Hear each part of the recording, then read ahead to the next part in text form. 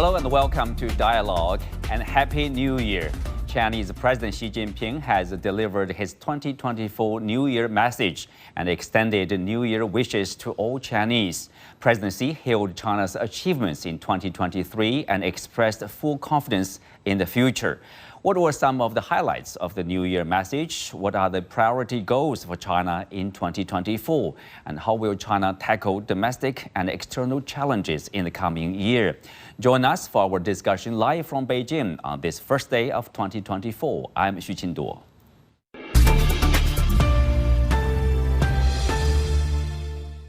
Joining us in today's dialogue are Victor Gao Zhikai, Chair Professor of Soochow University, and Einar Tangen, current affairs commentator.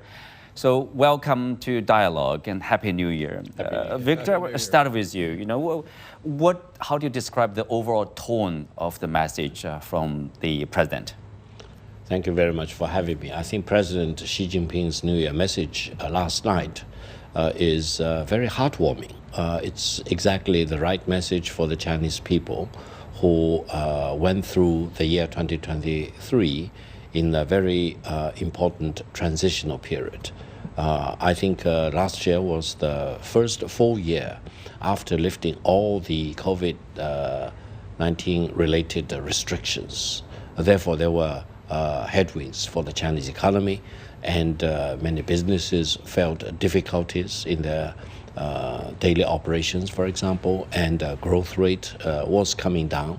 So there are difficulties. However, President Xi Jinping's overall tone was full of confidence. He gave a very objective analysis of the situation in 2023, outlining the difficulties, the challenges, but also projected a very high level of confidence for the coming year.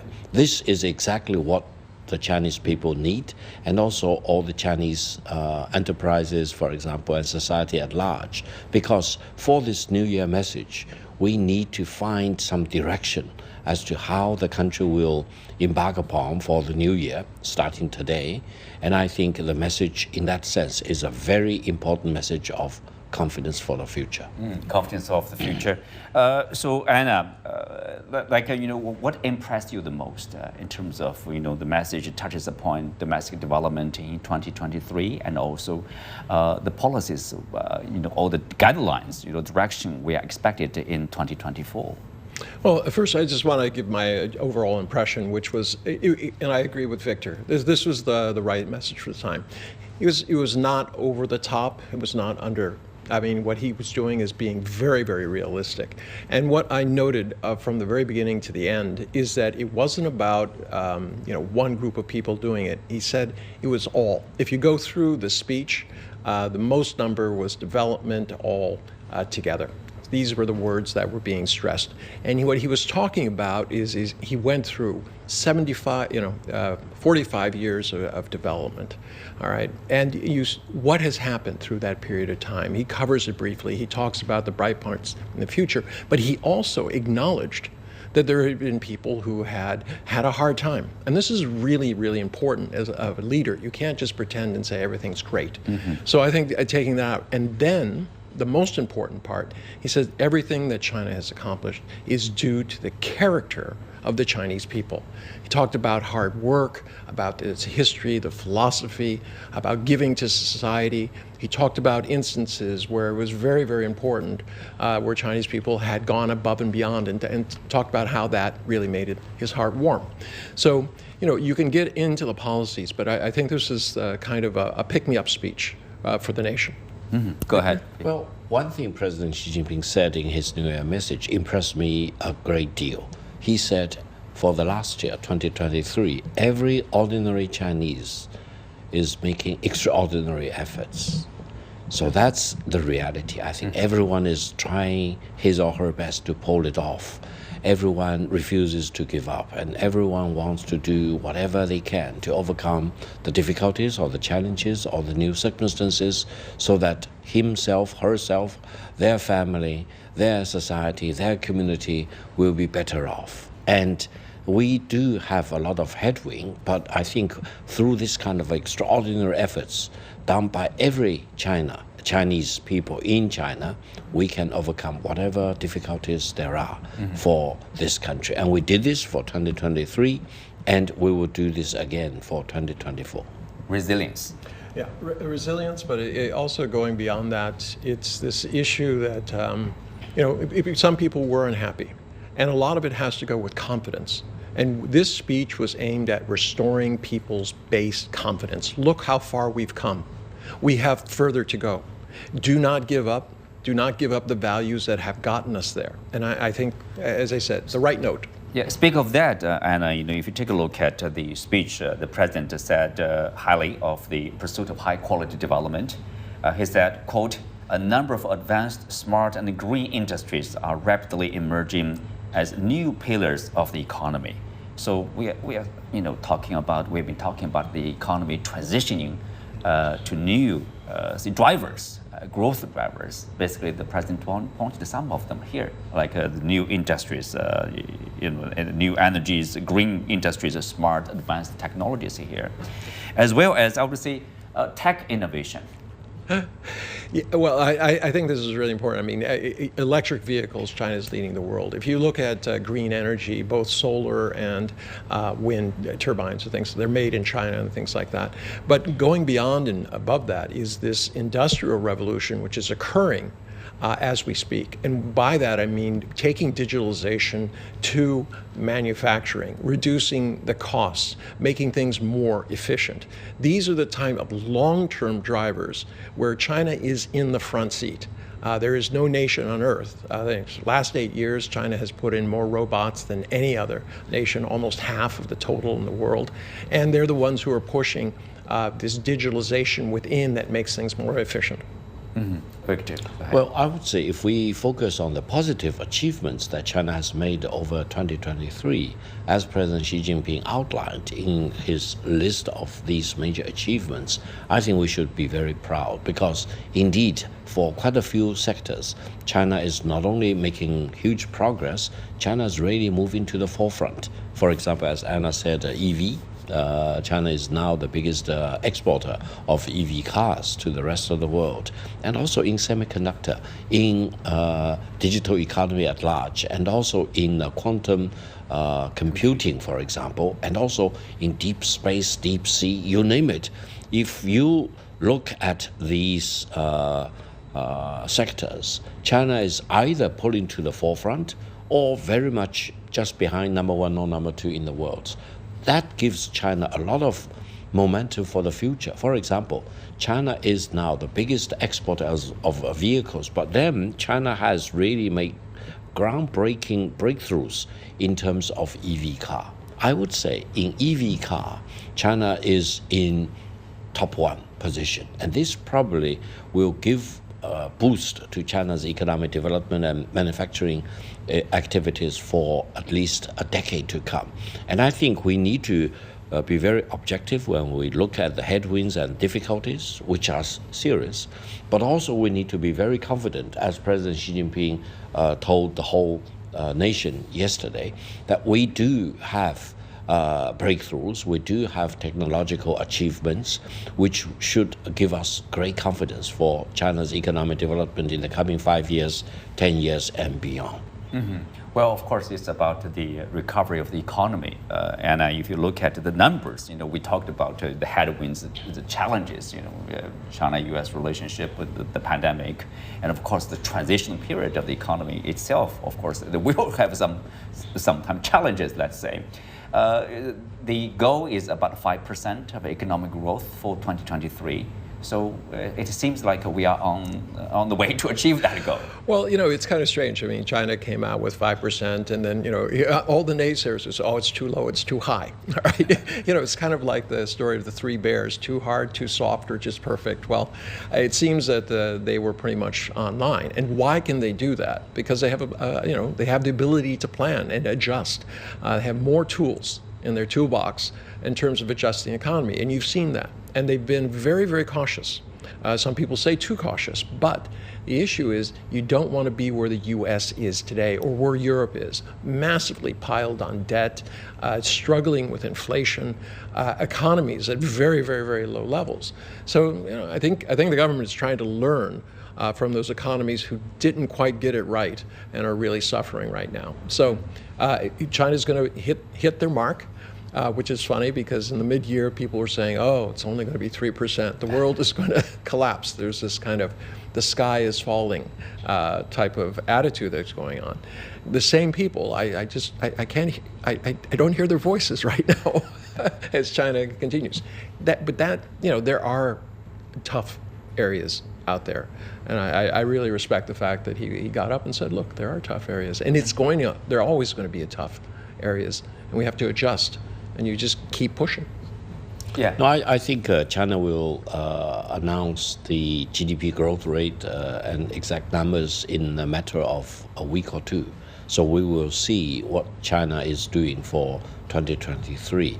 On the other hand, I think I went to the United States for about 4 times in 2023, and there were a lot of speculation that the Chinese economy had peaked and the Chinese economy is getting nowhere, and all the growth potentials have been fully exhausted and the future trend is going down.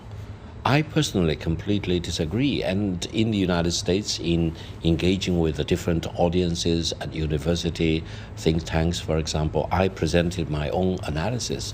I think the Chinese economy will continue to grow very dynamically for the coming few decades. Because, as President Xi Jinping outlined, major technological breakthroughs last night.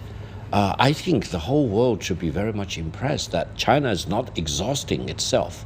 China is generating new momentum and is leading the world in quite a few very important technological breakthroughs. And this will really put a flaw to the economic development in China.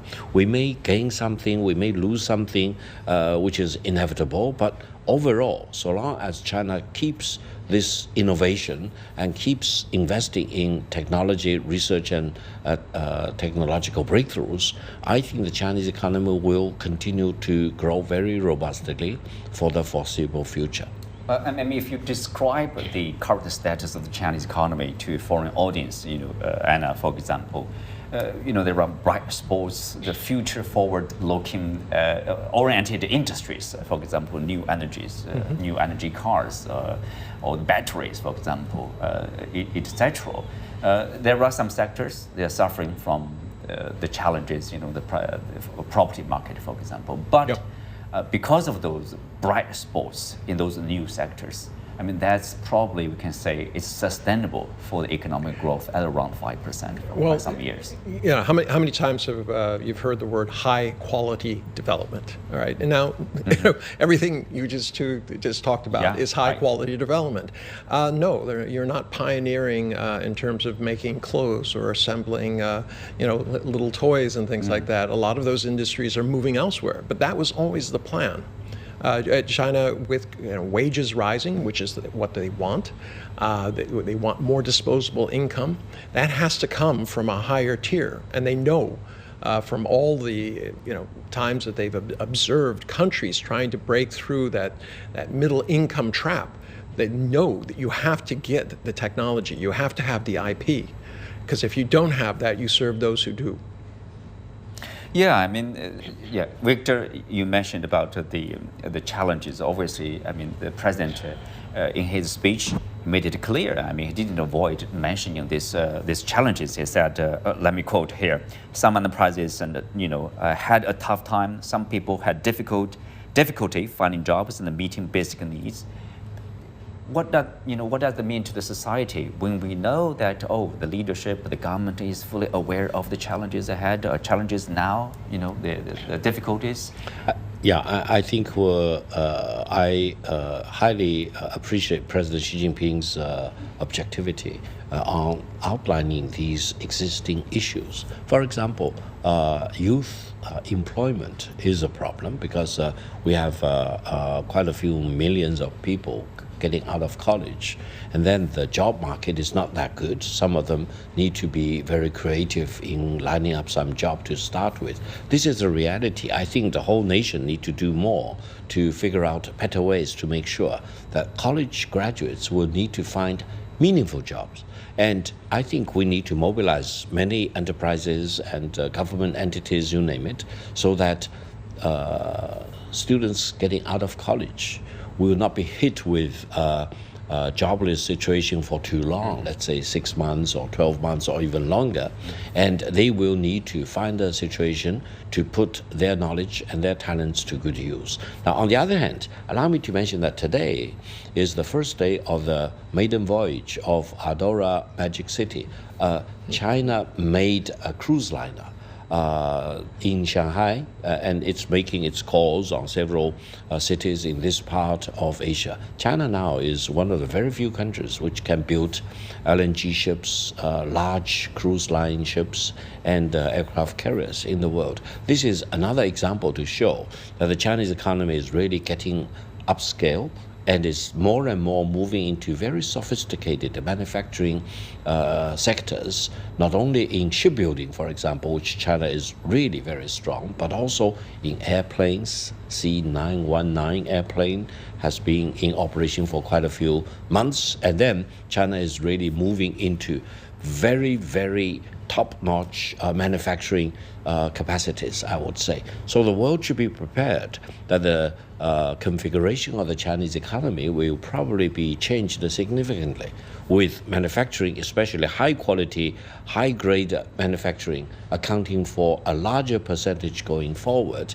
And then, going forward, service sector will increase from currently about 50% to, let's say, 60% or 65%. In the United States, there are service industry accounts for more than 80%. So I think there is a lot of room for maneuvering in the Chinese economic configuration in the coming years.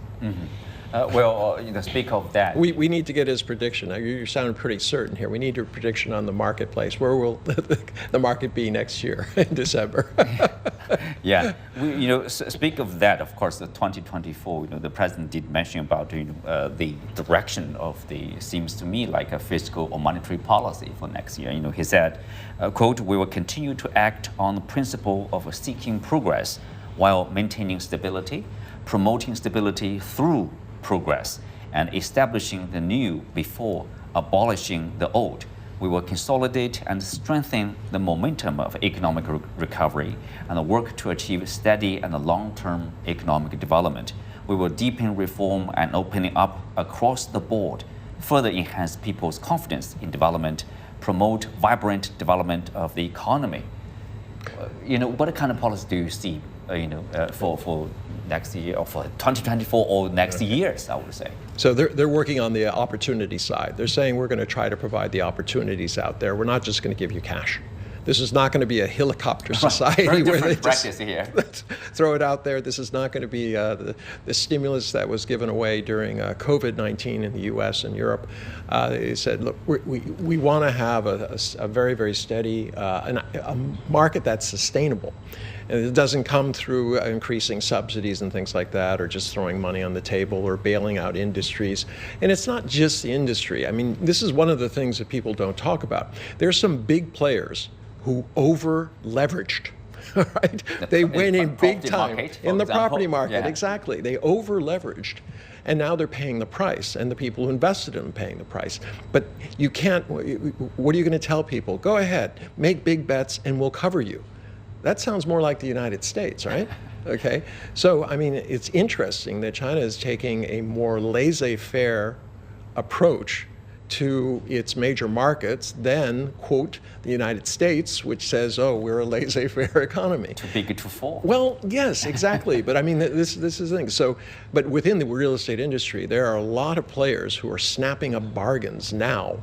And these are entities that people should be looking to invest. In fact, the reason I brought up the market is I'm almost certain, all right, that if you invest money this year because of the low valuations and all of the negative press, by next year, you'll be doing better. Why? Well, China's going to be 1/2 of the world's growth.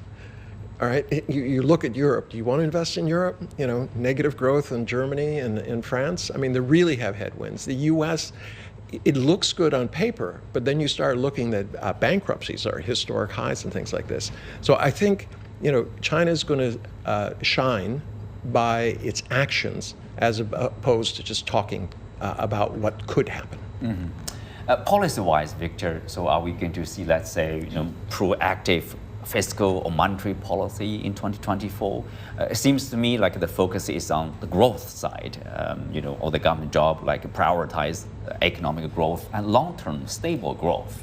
Well, I think PBOC recently indicated that they will be more proactive in coming up with new policies to promote the Chinese economic development. Now, I would say, if you look at China as a whole, there are certain cities or towns, for example, which have some financial difficulties.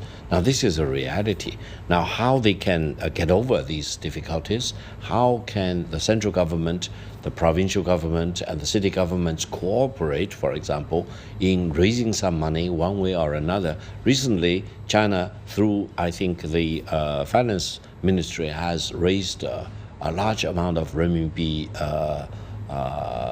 you talked about indebtedness, like 1 trillion. In order to parcel them up into local cities and local governments, in order to prevent more serious financial problems for these regions in different parts of China. Now, this is absolutely a very important thing to do, because you cannot just leave some of the cities or local governments completely on their own, and they will be buried by the local indebtedness. So this kind of national initiatives, mobilizing different entities at the central government level, provincial level, local government level, is absolutely necessary. Because otherwise, if you have a low level of confidence lasting for too long, then it will become a self-fulfilling prophecy leading to the wrong direction. I think the countries still need to come up with more proactive policy initiatives to make sure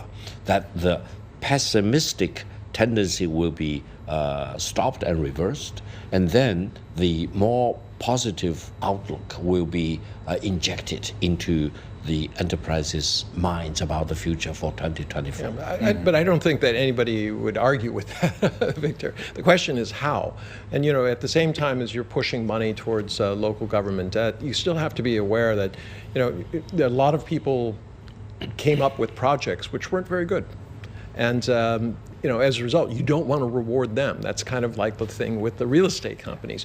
You want to make it clear, and the government has passed rules that you are responsible for your projects after you leave. You can't just walk away and say, victory, and then go into your next spot. Right. So this promoting responsibility, looking at the long term, I think this is China's strengths. It has been for 22 years, since WTO especially, but over the 45-year period, you can't argue with results.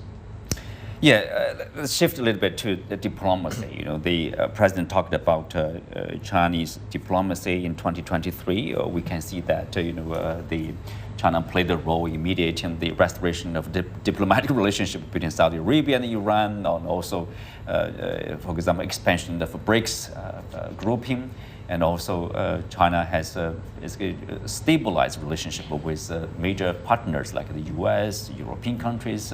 That's really something. Well, the U.S. is supplying weapons that are killing people in both Ukraine and also in Gaza. China, on the other hand, has been working towards peace, not imposing peace, but trying to bring people to the table. Not labeling one side or another side as, you know, we can't deal with you, because the only way these are going to be settled is at the negotiating table. This myth that you can bludgeon or bomb somebody into submission hasn't worked before. It didn't work in Vietnam. It didn't work in Afghanistan. There's no reason to believe that it's going to work now. So I think China is coming out way, way ahead in comparison to the U.S. U.S. actions, a lot of people see it as having to do with starting a lot of these conflicts, or at least allowing them to come on, whereas China's trying to get rid of them. Yeah, Victor, it seems the Chinese philosophy or the Chinese belief is that, here again, the president said, no matter how a global landscape may evolve, peace and development remain the underlying trend, and only cooperation for mutual benefit can deliver. Is that the Chinese belief? Yes, I think at this point it's not only very philosophical, but also very pragmatic in the world today. Now, allow me to mention that for the war between Russia and Ukraine, and for the war now between Israel and Palestinians, China is in both cases calling for ceasefire, calling for negotiation, calling for stopping the bloodletting. And I think this should be a happy surprise for many countries in the world, because China is not just calling for ceasefire for the Ukrainian-Russian war. China is doing exactly the same thing, very affirmatively, for the Palestinian-Israeli war. Why? Because China always believes war, in the final analysis of the word, may not be the most effective way to achieve any constructive purposes. You need to bring the different parties to the negotiation table to talk about peace, to talk about how to achieve lasting peace. China wants to help the parties involved to achieve lasting peace, involving Israeli on the one hand and the Palestinians on the other hand, and also achieving lasting peace for Russia and Ukraine. This is the most important thing. Yeah, the Chinese philosophy. We have a few minutes left here. And interestingly, there's one point about Taiwan. In the Chinese version, the president didn't even mention the name. He said, peaceful reunification will be achieved. This is a routine. This is the Chinese policy on that. But if you look at the mainstream media in the West, they're making a big story out of that, like China is threatening. Well, it's the only story that came out of it, which was kind of interesting. Here you have the one China policy, which basically says there's only one China. That goes back to the 70s, right? And every year this is repeated, and it's in the Constitution. So the fact that he says that he's looking forward to the reunification is not a threat, but this is the state of paranoia that's out there. So many countries they want to find fault in whatever China does. I mean, as I said earlier, where are the people who are saying, China's only have 2 or 3% growth? Where are they right now? Where are the apologies? Where they're saying, well, I got it wrong? No. And you see this time and time again. Anytime there's an opportunity to be critical of China, they jump on it without looking at the complete picture, which is blinding people. Yeah, making a big story out of nothing. Indeed. China is the only permanent member states of the United Nations Security Council, among the 5 of them, which has not yet achieved the full unification of the country. And this dates back all the way to 1949 because of the unfinished civil war. However, since the beginning of the 1980s, China has always been promoting for peaceful reunification, and this is the fact. I think media in other countries should really do some homework to see the evolution of China's policy about Taiwan since 1949, and they should be happy that China is now promoting peaceful reunification rather than clamoring for war. We do not want to have a war across the two sides of the Taiwan Strait, so long as there is no push for Taiwan independence or separatism and no direct foreign investment in the situation involving Taiwan. They should be happy about that. Yeah, there's a lot of wrong prediction, to say the least. After the Ukraine war over there, many people would say, Ukraine today, Taiwan tomorrow. Okay, 2 years passed, nothing happened, right? No, this is the thing, you get an extension. I mean, right now you see so many reports coming out of the U.S., white papers put out by defense think tanks, also individuals speaking out, and they keep saying, we got to go after China. Mearsheimer said, let's get out of Gaza and Ukraine because it's preventing us from getting our real enemy, China. What has China done that's been so terrible, except being very good economically? Very good at development, probably. Well, with that, we come to the end for today's show. Many thanks to our guests. You can also find us on the CGTN app on YouTube.